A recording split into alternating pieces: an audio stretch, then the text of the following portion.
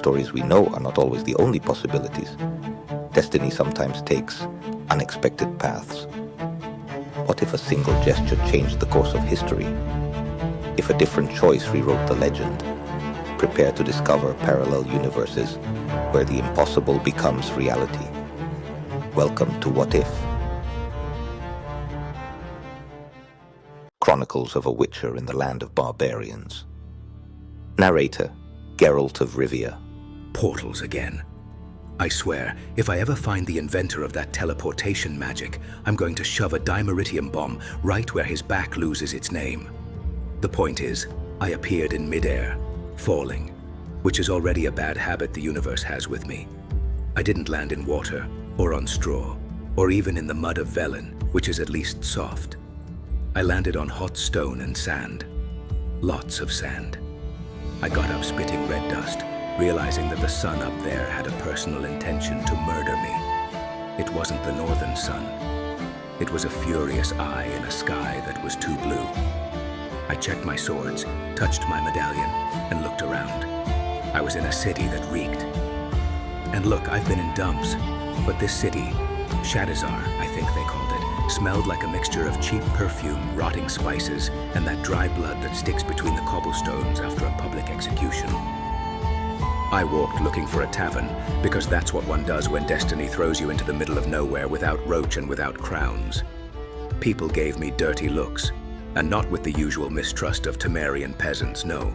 These guys looked at me as if they were calculating how much my boots were worth, and if it would be too hard to cut off my feet to take them.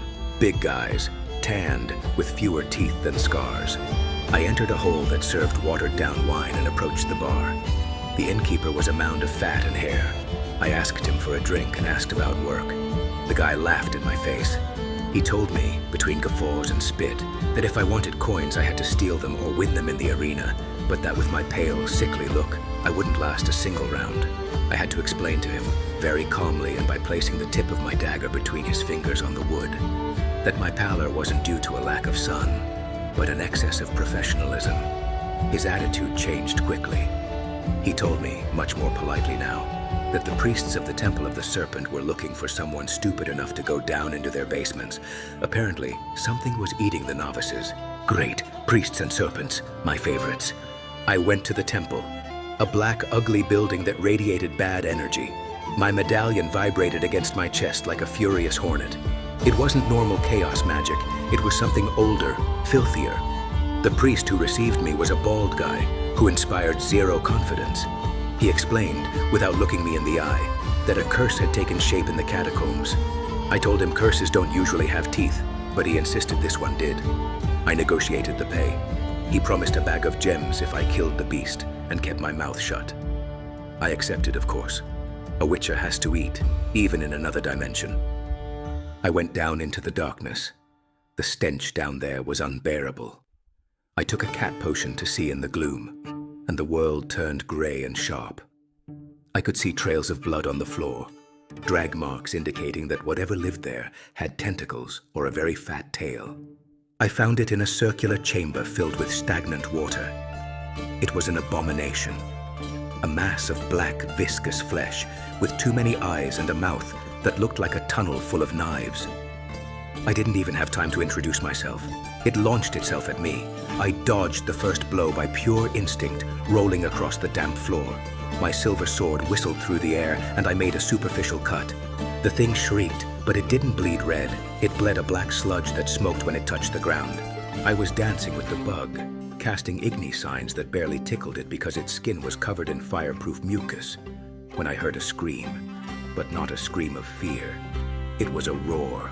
A war cry so wild that for a moment I thought a bear had crashed the party. And then he appeared. A giant. A barbarian. He was almost naked, wearing only a fur loincloth and sandals, which seemed like a disrespect to basic workplace safety standards. But he had muscles that looked like taut ship ropes. He ran in, screaming the name of someone called Crom, and threw himself headfirst against the monster. No strategy, no pirouettes, no signs, pure brute force. I yelled at him to move, to let me work, but the guy didn't even hear me. He climbed onto the beast's back as if he were breaking a colt and started stabbing it with a sword that looked like a piece of rusted iron. The beast thrashed, slamming him against the walls, but the barbarian was laughing. I swear he was laughing while spitting blood. I had to intervene so he wouldn't get killed. I cast R to stun the monster and shouted at the savage to attack the joints. To my surprise, he understood. Between the two of us, we orchestrated a butchery. I cut with surgical precision. He destroyed with the delicacy of a pile driver. In the end, the thing fell dead, dissolving into a puddle of rot. We stood there, panting. The barbarian wiped the blood from his face with his forearm and looked at me. He told me I fought strangely, with too many little hops, but that my sword cut well. I replied that his combat manners left much to be desired and that it was a miracle he was still alive. He introduced himself as Conan of Cimmeria. He told me he came to rob the temple, but that killing a demon was always a good warm-up. I told him I was there for the priest's pay.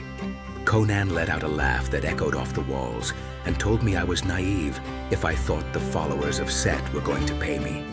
According to him, the only thing they'd give me would be a dagger in the back.